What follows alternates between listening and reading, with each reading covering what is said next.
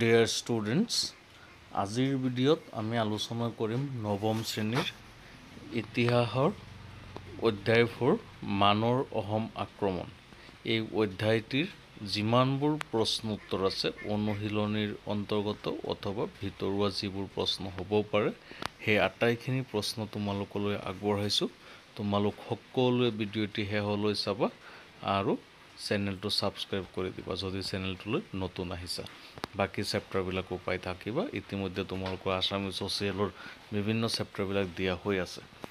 এতিয়া বোলা ভিডিঅ'টি ষ্টাৰ্ট কৰোঁ।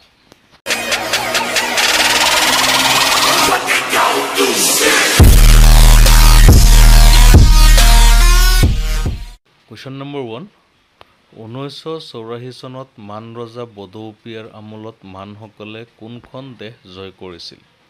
উত্তৰ আৰাকান। প্ৰশ্ন 2, মান আৰু ব্ৰিটিছৰ মাজত কেতিয়াৰ পৰা শত্ৰুতা সৃষ্টি হৈছিল? মান আৰু ব্ৰিটিছৰ মাজত কেতিয়াৰ পৰা শত্ৰুতা সৃষ্টি হৈছিল? উত্তৰ মান আৰু ইংৰাজ দুয়ো পক্ষ একে আন্তঃৰাষ্ট্ৰীয় সীমাৰ অংশীদাৰ হোৱাৰ পাছৰ পৰা, অৰ্থাৎ 1824 চনৰ পৰা।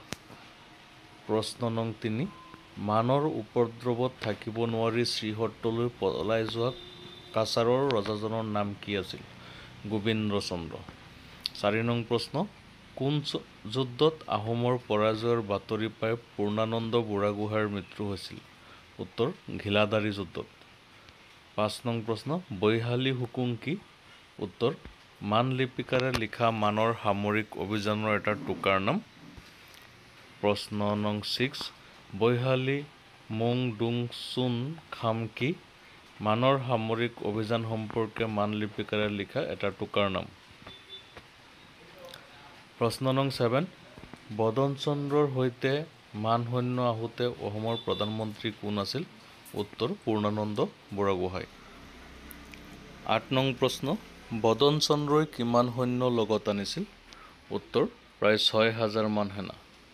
9 নং প্ৰশ্ন, বদন চন্দ্ৰ অসমত সোমায়ে কিমান অতিৰিক্ত সৈন্য গোটাইছিল? প্ৰায় 8000। 10 নং প্ৰশ্ন, বদন চন্দ্ৰ চন্দ্ৰকান্ত সিংহই কি উপাধিৰে প্ৰধানমন্ত্ৰী পাতিছিল? উত্তৰ মন্ত্ৰী বৰফুকন। 11 নং, মানৰ আক্ৰমণ কোন কোন চনত হৈছিল? উত্তৰ 1817, 1819 আৰু 1821 চনত। কোন চনত বদন চন্দ্ৰক হত্যা কৰা হৈছিল? উত্তৰ 1817 চনত। তাৰপিছত ইয়াত দিয়া আছে শুদ্ধ উত্তৰটো বাছি উলিওৱা। ইয়াত এনচাৰবিলাক কৰি দিয়া হৈছে, তোমালোক সকলোৱে চাই এনচাৰবিলাক কৰি ল'বা। তাৰপিছত ৰচনাদমী প্ৰশ্নবিলাক আছে, এইবিলাকৰ মাজলৈ যাওঁ আমি চোৱা। প্ৰশ্ন নং 1, মণিপুৰ আৰু আৰাকানত মানৰ ৰাজ্য বিস্তাৰ সম্পৰ্কে চমুকৈ উল্লেখ কৰা। উত্তৰ অষ্টাদশ শতিকাৰ দ্বিতীয়াৰ্ধৰ পৰা মানসকলে ব্ৰহ্মদেশৰ পশ্চিমে ৰাজ্য বিস্তাৰৰ পাতনি মেলে। মান ৰজা আলংপাই অষ্টাদশ শতাব্দীৰ ষষ্ঠ দশকত আৰু 1769 চনৰ শেষৰ পিনে মণিপুৰৰ বিৰুদ্ধে দুখন সামৰিক অভিযান চলায়। ইয়াৰ পিছত 1765 চনত মান ৰজা চিংবুচিমে মণিপুৰ আক্ৰমণ কৰি কেইবা হাজাৰ মণিপুৰী লোকক ব্ৰহ্মদেশলৈ বন্দী কৰি লৈ যায় আৰু মণিপুৰৰ ৰজা জয়সিংহক দেহান্তৰিত কৰে। ইয়াৰ পিছত মান ৰজা বড়ো-উপায়াৰৰ ৰাজত্বকালত মানসকলে আৰাকান দখল কৰে। আৰাকান দখল কৰাৰ লগে লগে মান সেনা মাৰগুই দ্বীপপুঞ্জৰ পৰা চট্টগ্ৰাম সীমান্তৰ লগত বিস্তৃত সমগ্ৰ বংগোপসাগৰীয় উপকূল অঞ্চলত প্ৰধান ৰাজনৈতিক শক্তিত পৰিণত হয়। ইয়াৰ পিছত 1819-20 চনত মানসকলে মণিপুৰৰ ওপৰত সম্পূৰ্ণ কৰ্তৃত্ব স্থাপন কৰি মণিপুৰৰ 3জন ৰাজকুমাৰ ক্ৰমে মৰজিদ সিং, গম্ভীৰ সিং আৰু সুৰজিত সিঙক দেশৰ পৰা বহিষ্কাৰ কৰে। এই মণিপুৰী ৰাজকুমাৰসকলে কাছাৰলৈ পলায়ন কৰে। ৰাজকুমাৰসকলে তাত উপদ্ৰৱ আৰম্ভ কৰাত কাছাৰৰ ৰজা গোবিন্দ চন্দ্ৰই শ্ৰীহট্টলৈ পলায়ন কৰি ইংৰাজৰ সহায় বিচাৰে, কিন্তু ইংৰাজে সহায়ত গোবিন্দ চন্দ্ৰই অৱশেষত মান ৰজাৰ শৰণাপন্ন হয়। তেতিয়া মানসকলে নিজৰ আধিপত্য স্থাপনৰ লোভত 1853 চনত মণিপুৰৰ ৰাজকুমাৰ গম্ভীৰ সিংহৰ বিৰুদ্ধে অভিযান চলায়। এনেদৰে মানসকলে মণিপুৰ আৰু আৰাকানত সিহঁতৰ আধিপত্য বিস্তাৰ কৰে। 2 নং প্ৰশ্ন, পূৰ্ণানন্দ বুঢ়াগোহাঁইৰ স্বেচ্ছাচাৰিতাই কেনেকৈ ৰাজনৈতিক ষড়যন্ত্ৰৰ জন্ম দিছিল আলোচনা কৰা। উত্তৰ, পূৰ্ণানন্দ বুঢ়াগোহাঁই ক্ষমতালোভী আৰু স্বেচ্ছাচাৰী আছিল। তেওঁ নিজৰ নিয়ন্ত্ৰণত ৰাখিব পৰা ৰাজকুমাৰক আহোমৰ ৰজা পাতিছিল আৰু নিজৰ বিৰোধিতা কৰা লোকসকলক নানান অত্যাচাৰ কৰিছিল আৰু বহুতক হত্যা কৰিছিল। সেয়ে প্ৰজাসাধাৰণে তেওঁক দেশদ্ৰোহী হৈ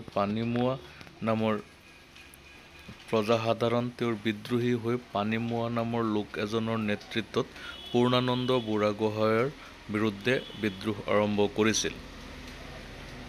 কিন্তু পূৰ্ণানন্দ বুঢ়াগোহাঁইয়ে তেওঁক ধৰি আনি হত্যা কৰিছিল আৰু বহু লোকক কঠোৰ শাস্তি দিছিল। ইয়াৰ পিছত কমলেশ্বৰ সিংহৰ দিনত সৎৰাম চাৰিঙীয়া ফুকনে বিদ্ৰোহ কৰাত তেওঁক ধৰি আনি হত্যা কৰে আৰু আন ৯৭ জন বিদ্ৰোহীক হত্যা কৰে। ২০ জনৰ কোনোবাক চকু কাঢ়ি, কোনোবাক নাক কাটি আৰু কোনোবাক কাণ কাটি এৰি দিয়ে। ১৮১০ চনত আহোম ৰজা কমলেশ্বৰ সিংহৰ মৃত্যুৰ পিছত পূৰ্ণানন্দ বুঢ়াগোহাঁইয়ে অন্যান্য আহোম বিষয়াৰ সমৰ্থন নথকা স্বত্বেও চন্দ্ৰকান্ত সিংহ নামৰ কণমানি কোঁৱৰ এজনক ৰজা পাতি পূৰ্ণ দম্ভালিৰে নিজ দেশ শাসন কৰিবলৈ লয়। তেওঁৰ স্বেচ্ছাচাৰিতাৰ ৰজা চন্দ্ৰকান্ত সিংহইও অসন্তুষ্ট হৈ তেওঁৰ প্ৰভাৱৰ পৰা মুক্ত হ'বলৈ গুৱাহাটীৰ বৰফুকন বদনচন্দ্ৰলৈ চিঠি লিখি ইংৰাজ কোম্পানীৰ সামৰিক সাহায্য বিচাৰিবৰ বাবে আদেশ দিয়ে। এনেদৰে পূৰ্ণানন্দ বুঢ়াগোহাঁইৰ স্বেচ্ছাচাৰিতাত অসমত ৰাজনৈতিক অৱনতিয়ে চৰম পৰ্যায় পায় আৰু ফলশ্ৰুতিত অসমত মানসকলৰ আগমন ঘটে আৰু কেইবাবছৰমানৰ ভিতৰতে অসমত আহোম ৰাজত্বৰ অন্ত পৰি ইংৰাজৰ প্ৰভুত্ব স্থাপন হয়। কুৱেশ্যন নম্বৰ 3, পূৰ্ণানন্দ বুঢ়াগোহাঁইৰ বিৰুদ্ধে সংগঠিত ৰাজনৈতিক ষড়যন্ত্ৰৰ শেষ পৰিণতি কি আছিল? উত্তৰ, পূৰ্ণানন্দ বুঢ়াগোহাঁইৰ বিৰুদ্ধে সংঘটিত ৰাজনৈতিক ষড়যন্ত্ৰৰ শেষ পৰিণতি অসমৰ বাবে অতিশয় ভয়ানক হৈ দেখা দিছিল। পূৰ্ণানন্দ বুঢ়াগোহাঁইৰ স্বেচ্ছাচাৰিতাৰ বিৰুদ্ধে মাত মতা বা বিদ্ৰোহ কৰা লোকৰ বহুতোক পূৰ্ণানন্দই হত্যা কৰিছিল। কিছুমানক ঘূণীয়া কৰিছিল, কিছুমানক নিৰ্বাসন দিছিল। আহোম ৰজা চন্দ্ৰকান্ত সিংহৰ লগতে প্ৰায় প্ৰতিজন আহোম বিষয়া পূৰ্ণানন্দ বুঢ়াগোহাঁইৰ স্বেচ্ছাচাৰিতাৰ পৰা দেশখনক ৰক্ষা কৰাৰ বাবে চেষ্টা কৰিছিল। তেওঁ গুৱাহাটীৰ বৰফুকন বদনচন্দ্ৰকো ধৰিবলৈ মানুহ পঠাইছিল, কিন্তু বদনচন্দ্ৰই আগতেই গুৱাহাটীৰ পৰা পলায়ন কৰি বংগদেশৰ ৰংপুৰলৈ গৈ ব্ৰিটিছৰ সাহায্য বিচাৰিছিল। ইয়াৰ পৰিণতিত অসমলৈ মান আৰু ইংৰাজসকলৰ আগমন ঘটে আৰু ইংৰাজসকল অসমলৈ অহাৰ অলপ দিনৰ ভিতৰতে অসমৰ স্বাধীনতাৰ বেলি চিৰদিনলৈ অস্তমিত হয়। এনেদৰে পূৰ্ণানন্দ বুঢ়াগোহাঁইৰ ৰাজনৈতিক ষড়যন্ত্ৰৰ শেষ পৰিণতি হিচাপে অসমত আহোম ৰাজত্বৰ পতন ঘটিছিল আৰু ইংৰাজ শাসন প্ৰতিষ্ঠিত হৈছিল। 4 নং প্ৰশ্ন, বদনচন্দ্ৰ বৰফুকনৰ নেতৃত্বত মানে কিয় অসম আক্ৰমণ কৰিছিল? উত্তৰ, বদনচন্দ্ৰৰ নেতৃত্বত মানে অসম আক্ৰমণ কৰাৰ মূল কাৰণ আছিল পূৰ্ণানন্দ বুঢ়াগোহাঁইৰ স্বেচ্ছাচাৰিতা আৰু মইমতীয়া কাৰ্যকলাপ। পূৰ্ণানন্দ বুঢ়াগোহাঁইৰ স্বেচ্ছাচাৰিতাৰ বিৰুদ্ধে মাত মতা বা বিদ্ৰোহ কৰা লোকৰ বহুতক পূৰ্ণানন্দই হত্যা কৰিছিল, কিছুমানক ঘূণীয়া কৰিছিল, কিছুমানক নিৰ্বাসন দিছিল। আহোম ৰজা চন্দ্ৰকান্ত সিংহৰ লগতে প্ৰায় প্ৰতিজন আহোম বিষয়া পূৰ্ণানন্দ বুঢ়াগোহাঁইৰ স্বেচ্ছাচাৰিতাৰ পৰা দেশখনক ৰক্ষা কৰাৰ বাবে চেষ্টা কৰিছিল। পূৰ্ণানন্দই গুৱাহাটীৰ বৰফুকন বদনচন্দ্ৰকো ধৰিবলৈ মানুহ পঠাইছিল, কিন্তু বদনচন্দ্ৰই আগতেই গুৱাহাটীৰ পৰা পলায়ন কৰি বংগদেশৰ ৰংপুৰলৈ গৈ ব্ৰিটিছৰ সাহায্য বিচাৰিছিল। কিন্তু ইংৰাজে সহায় কৰিবলৈ মান্তি নোহোৱাত বদনে ব্ৰহ্মদেশলৈ গৈ মানসকলক অসম আক্ৰমণ কৰিবলৈ আমন্ত্ৰণ কৰি আনে। এনেদৰে বদনচন্দ্ৰৰ নেতৃত্বত মানে অসম আক্ৰমণ কৰিছিল। 5 নং কুৱেশ্যন, বদনচন্দ্ৰ বৰফুকনৰ নেতৃত্বত অসমত মানৰ ৰাজনৈতিক হস্তক্ষেপ সম্পৰ্কে চমুকৈ আলোচনা কৰা। উত্তৰ, ১৮১৭ চনৰ মাৰ্চ মাহত বদনে মান সৈন্য লৈ পাটকাই পাহাৰ পাৰ হৈ অসমত প্ৰৱেশ কৰিছিল। তেতিয়া তেওঁৰ নেতৃত্বত প্ৰায় ৬,০০০ মান সৈন্য আছিল।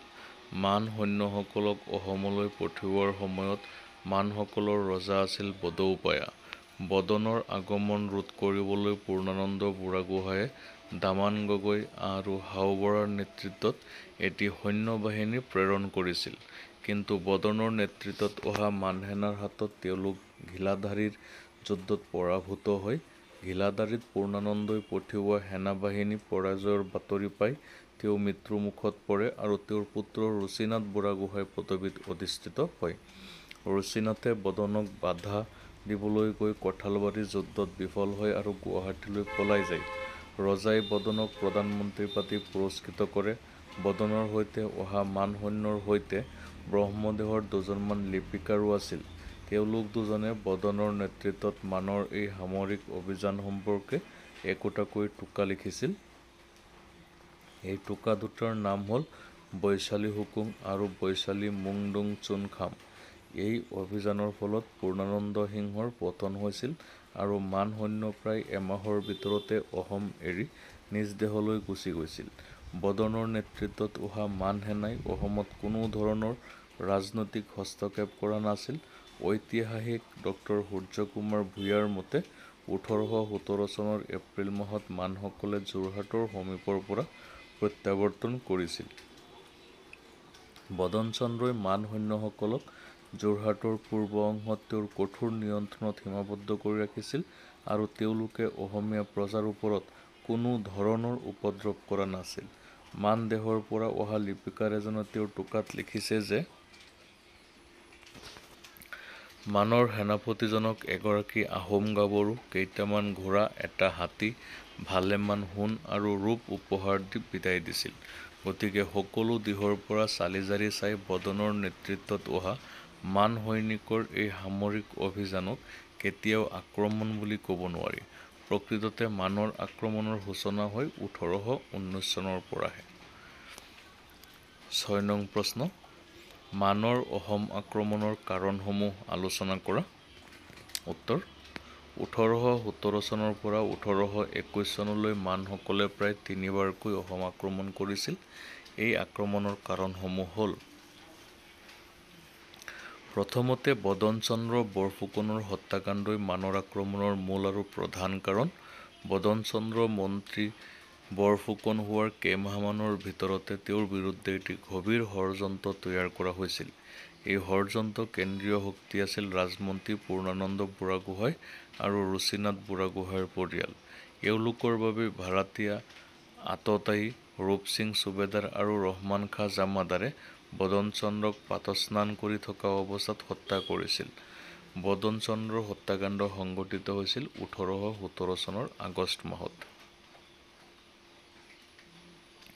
দ্বিতীয়তে, বদন চন্দ্ৰৰ হত্যাৰ লগে লগে গুৱাহাটীত বাহৰ পাতি থকা ৰুচিনাথ গোহাঁইয়ে চন্দ্ৰকান্ত সিংহক সিংহাসনৰ পৰা অপসাৰিত কৰি তেওঁৰ ঠাইত বিজয় বৰমুৰা গোহাঁইৰ পুত্ৰ ব্ৰজনাথ গোহাঁইক ৰজা পতাৰ চেষ্টাত ব্যস্ত হৈ পৰিছিল।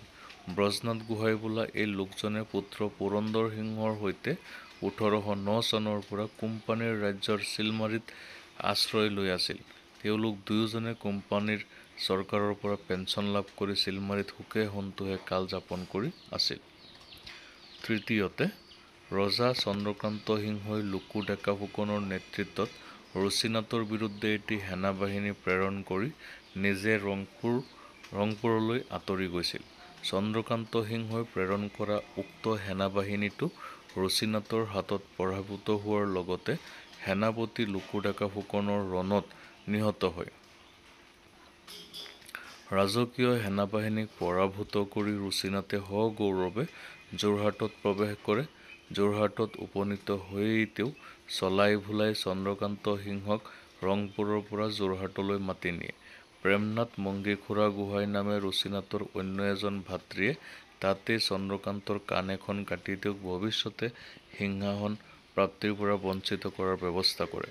গতিকে ১৮১৭ চনৰ আগষ্ট মাহত বদন চন্দ্ৰ বৰফুকনক হত্যা কৰাৰ পৰা ১৮১৮ চনৰ ফেব্ৰুৱাৰী মাহত চন্দ্ৰকান্ত সিংহক সিংহাসনচ্যুত আৰু লঘু লাঞ্ছনা কৰা কাৰ্যই অসমত পুনৰ ৰাজনৈতিক অস্থিৰতাৰ সৃষ্টি কৰে।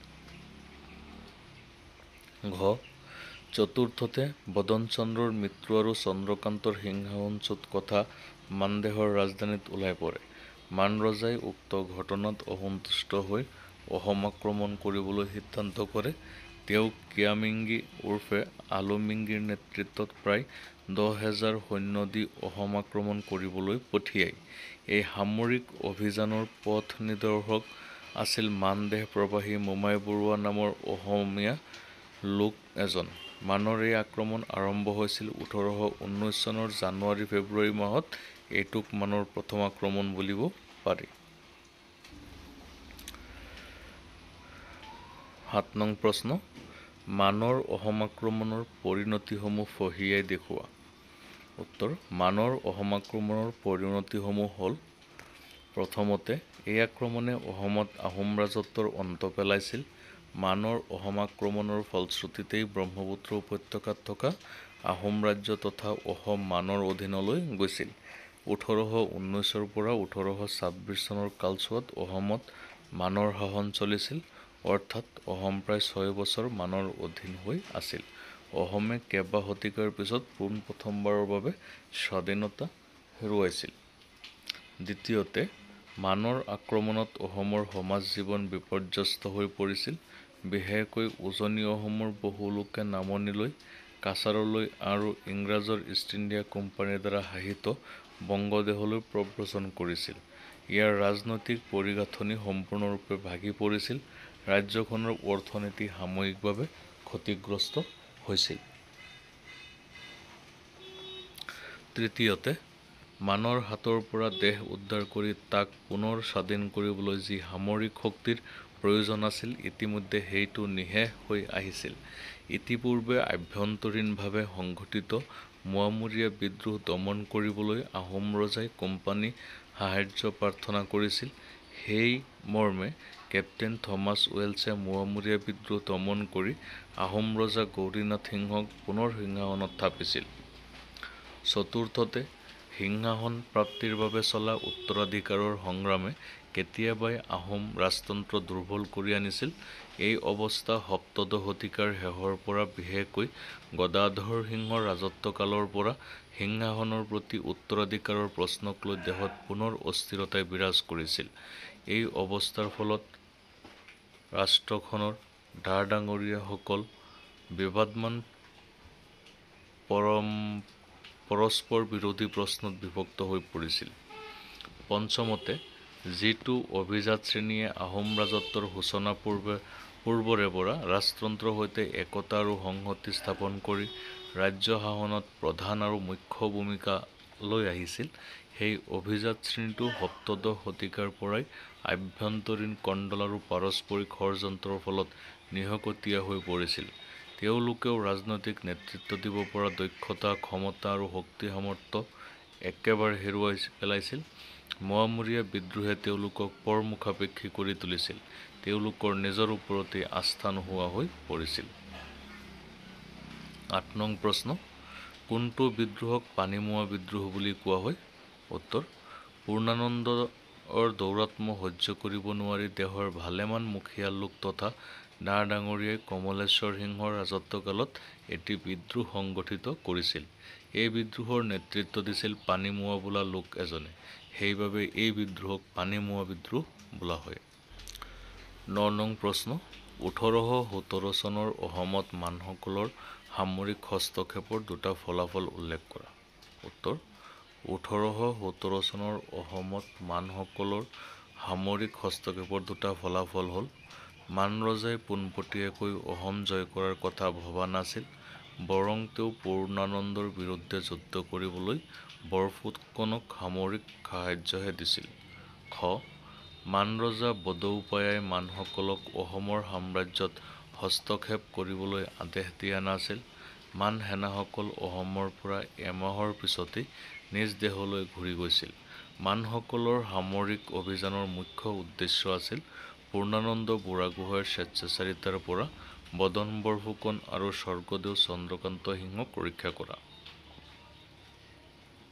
প্ৰশ্ন নং 10, প্ৰথম ইংগ-বাৰ্মা যুদ্ধ কেতিয়া সংঘটিত হৈছিল? উত্তৰ প্ৰথম ইংগো-বাৰ্মা যুদ্ধখন 1824 চনৰ ফেব্ৰুৱাৰীত সংঘটিত হৈছিল। এই যুদ্ধখন ইয়াণ্ডাবু নামে ঠাইত সংঘটিত হৈছিল। 11 নং প্ৰশ্ন, ইয়াণ্ডাবু সন্ধিৰ উল্লেখযোগ্য ফলাফলসমূহ উল্লেখ কৰা। উত্তৰ ইয়াণ্ডাবু সন্ধিৰ উল্লেখযোগ্য ফলাফলসমূহ হ'ল 1825 চনৰ 17 জানুৱাৰী তাৰিখে ইংৰাজে যোৰহাট দখল কৰে আৰু মানসকলক স্বদেশলৈ খেদি পঠিয়ায়। মানসকলে চিংফৌসকলৰ লগ লাগি অসমৰ পূব খণ্ডত উপদ্ৰৱ আৰম্ভ কৰে। তেতিয়া কেপ্টেইন নিউভিলে 1825 চনৰ জুন মাহত চিংফৌসকলক পৰাস্ত কৰে। আনহাতে ইংৰাজ সেনাই ব্ৰহ্মদেশৰ ইয়াণ্ডাবু চহৰ দখল কৰিলে। উপায়হীন হৈ ব্ৰহ্মদেশৰ ৰজাই ইংৰাজৰ লগত সন্ধি কৰিলে। 1826 চনৰ 24 ফেব্ৰুৱাৰী তাৰিখে ইংৰাজ কোম্পানী চৰকাৰ আৰু ব্ৰহ্মদেশৰ ৰজাৰ মাজত বিখ্যাত ইয়াণ্ডাবু সন্ধি স্বাক্ষৰিত হয়। এই সন্ধিৰ ফলত ইংগো-বাৰ্মা যুদ্ধৰ অন্ত পৰিল। খ ইয়াণ্ডাবু সন্ধিৰ দ্বিতীয় অনুচ্ছেদ অনুযায়ী ৰজাই ওচৰ চুবুৰীয়া অসম ৰাজ্য আৰু অসমৰ তলতীয়া ৰাজ্য কাছাৰ আৰু জয়ন্তীয়াৰ ওপৰত সকলো দাবী ত্যাগ কৰে। লগতে আগলৈ সেইবোৰত কোনো হস্তক্ষেপ নকৰিবলৈ প্ৰতিশ্ৰুতিবদ্ধ হয়। গ ইয়াণ্ডাবু সন্ধিৰ দ্বিতীয় অনুচ্ছেদৰ গণ্যা লৈ ইংৰাজে অসমত অধিকাৰ সাব্যস্ত কৰিলে। মানক খেদিবলৈ আহি তেওঁলোকেই এদিন অসমৰ অধিপতি হ'ল। ঘ মানসেনা আঁতৰি যোৱাৰ পিছত ইংৰাজ ইষ্ট ইণ্ডিয়া কোম্পানী এই দেশৰ এক প্ৰকাৰৰ শাসনকৰ্তা হৈ পৰে। আহোম ৰজা চন্দ্ৰকান্ত সিংহ আৰু যোগেশ্বৰ সিংহ কোনোজনকে ৰংপুৰত থাকিবলৈ দিয়া নহৈছিল। 1826 খ্ৰীষ্টাব্দৰ শেষ ভাগত যোগীঘোপাত যোগেশ্বৰ সিংহৰ মৃত্যু হয়। চন্দ্ৰকান্ত সিংহৰ কিছুদিন পিছতে গুৱাহাটীত মৃত্যু হয়। 12 নং প্ৰশ্ন, ইয়াণ্ডাবু সন্ধিৰ গুৰুত্ব সম্পৰ্কে লিখা। উত্তৰ ইংৰাজে ব্ৰহ্মদেশৰ বিৰুদ্ধে যুদ্ধ ঘোষণা কৰি অসম, মণিপুৰ আৰু কাছাৰত মানসকলক সম্পূৰ্ণৰূপে পৰাস্ত কৰি ব্ৰহ্মদেশৰ বিখ্যাত ৰেন আৰু প্ৰেম নগৰ অধিকাৰ কৰে। অসমত ইংৰাজৰ হাতত পৰাজিত হৈ মানে 1825 চনত উজনি অসম ত্যাগ কৰে। উপায়হীন হৈ মানে 1826 খ্ৰীষ্টাব্দত 24 ফেব্ৰুৱাৰী তাৰিখে ইয়াণ্ডাবু নামে ঠাইত ইংৰাজ কোম্পানী চৰকাৰ আৰু ব্ৰহ্মদেশৰ ৰজাই এখন সন্ধি পত্ৰত স্বাক্ষৰ কৰে। এই সন্ধিখনকে ইয়াণ্ডাবু সন্ধি বোলা হয়। এই সন্ধিৰ জৰিয়তে প্ৰথম ইংগো-বাৰ্মা যুদ্ধৰ সামৰণি পৰিছিল। ইয়াণ্ডাবু সন্ধিৰ চৰ্তসমূহ হ'ল ইয়াণ্ডাবু সন্ধিৰ চৰ্ত বা গুৰুত্বসমূহ হ'ল মান ৰজাই যুদ্ধৰ ক্ষতিপূৰণৰ বাবদ কোম্পানীক 1 কোটি টকা পৰিশোধ কৰিব লাগিব। খ আৰাকান আৰু টেনাচুৰিম প্ৰদেশ ব্ৰিটিছৰ হাতলৈ যাব। অসম, কাছাৰ আৰু জয়ন্তীয়া ৰাজ্যত মানসকলে কোনো ধৰণৰ হস্তক্ষেপ কৰিব নোৱাৰিব। মানসকলে মণিপুৰৰ ৰজা গম্ভীৰ সিংহক ৰজা মানিবলৈ গাত লয়। আভাত এজন ব্ৰিটিছ প্ৰেছিডেণ্ট থাকিব। মান ৰজাক কলিকতাত এজন বিষয়া ৰাখিবলৈ ব্ৰিটিছে অনুমতি দিছিল। ইয়াণ্ডাবু সন্ধিয়ে অসমত মানৰ দিনৰ ওৰ পেলায়। এই সন্ধিৰ পাছত ইষ্ট ইণ্ডিয়া কোম্পানীয়ে অসমত শাসনভাৰ গ্ৰহণ কৰি ব্ৰিটিছ সাম্ৰাজ্যৰ পাতনি মেলিছিল। তাৰপিছত এইটো চেপ্টাৰৰ ওপৰত তোমালোকক কিছুমান চমু টোকা লিখিবলৈ দিয়া হৈছে। আটাইখিনি ইয়াত লিখি দিয়া হৈছে, তোমালোকে চোৱা। চমু টোকাবোৰ ইয়াত লিখি দিয়া হৈছে, তোমালোকে চাই যোৱা। ভিডিঅ'টো পজ কৰি লিখি ল'ব পাৰিবা।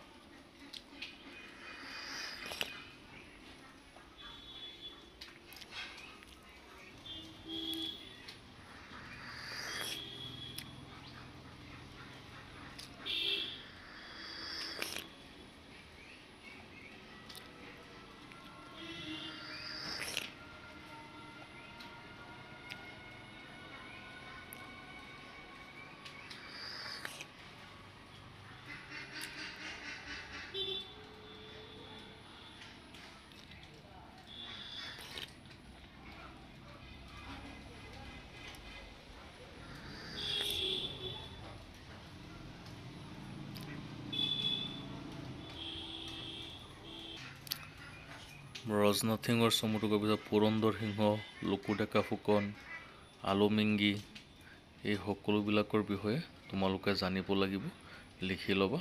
তোমালোকৰ পৰীক্ষাটো আহিব আৰু ভৱিষ্যতেও এইবিলাকৰ প্ৰয়োজন আছে। তোমালোকৰ অসমৰ ইতিহাসৰ সম্পৰ্কে জনা বহুত দৰকাৰ। বিভিন্ন ধৰণৰ কম্পিটিটিভ এক্সামত এইবিলাকৰ দৰকাৰ পৰে।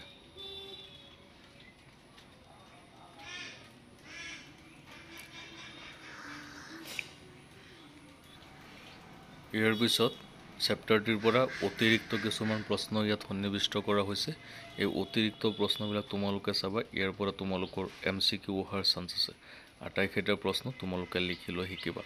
আৰু এইখিনিতে এটি কথা, যদি তোমালোকৰ PDF-ৰ প্ৰয়োজন হয় তেতিয়াহ'লে তোমালোকে ডাউনলোড কৰি ল'ব পাৰিবা। কমেণ্ট বক্সত জনাবা, মই তাৰ লিংক দিয়াৰ ব্যৱস্থা কৰি দিম।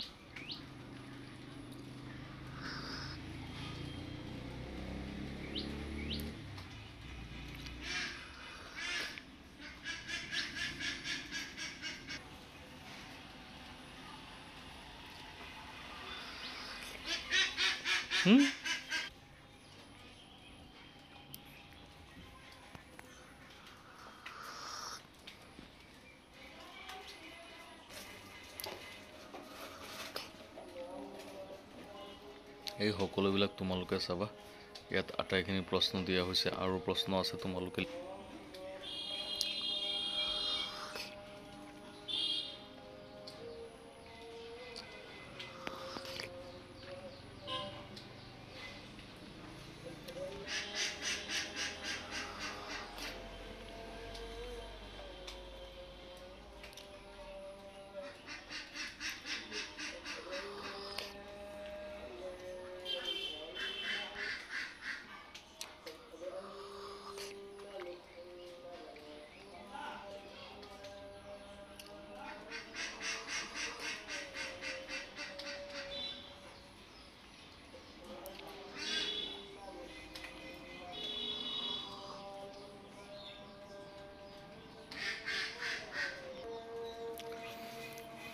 এইখিনি আছিল তোমালোকৰ চেপ্টাৰটি।